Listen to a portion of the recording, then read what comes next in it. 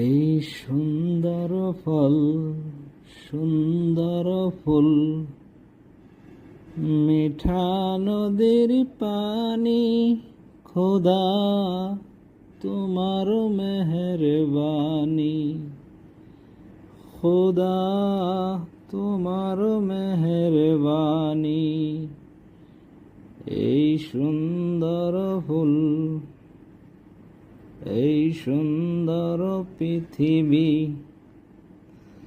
মিঠা নদীর পানি, খোদা তোমার মেহেরবানি, খোদা তোমার মেহেরবানি।